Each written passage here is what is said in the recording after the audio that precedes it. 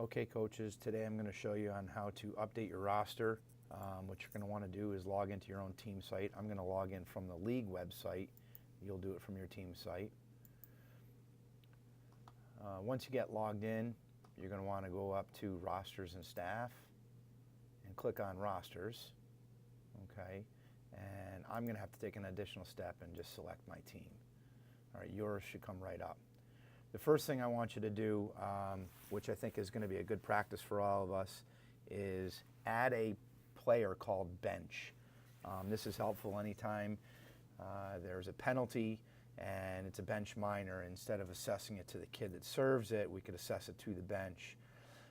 So you're not going to really ever use this button. You're going to always use the add player button. Fill out the appropriate fields. I just put bench in under last name. I didn't fill any other fields out, and then I click save. You'll notice that a blank one just came up. I'm going to remove this. But if I pull up the bench player, you'll see that I just filled in bench here. I didn't touch the positions, the height and weight or anything, and I hit save. Okay, so I'm going to cancel out of here.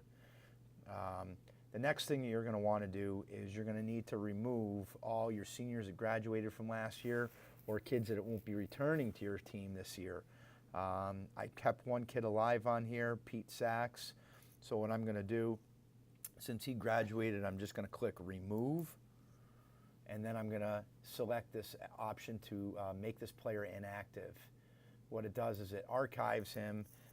It doesn't get rid of his stats, and later on, let's say that kid's a sophomore and he leaves your team and he ends up playing for another high school team because his family moved or he transferred to a private school, his stats would still be active and his new coach can import him as a player. Okay, everybody else that's listed here is a returning player. And then the last thing I want you to think about is when you do add a player, I'll do one just for show here. Let's say his name is number 2, and his name is first, and his name is last. His last name is last. Positions, I usually go with something a little bit more generic, as opposed to center or wing. I've been leaving height and weight blank. I have been putting in hometown. I just put in town. And for class year, I put in graduation year.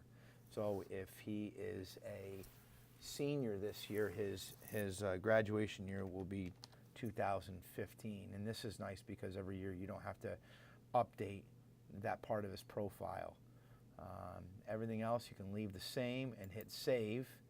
This will bring you back to your rostered page, and you'll see that the number 2 that I just added comes in right here. Okay, again, I don't need this player, so I'm going to remove him and permanently delete him. But you don't ever want to keep the same number and update it with a new player, because that person will inherit the stats of the number 19 from the year before. Okay, that's it.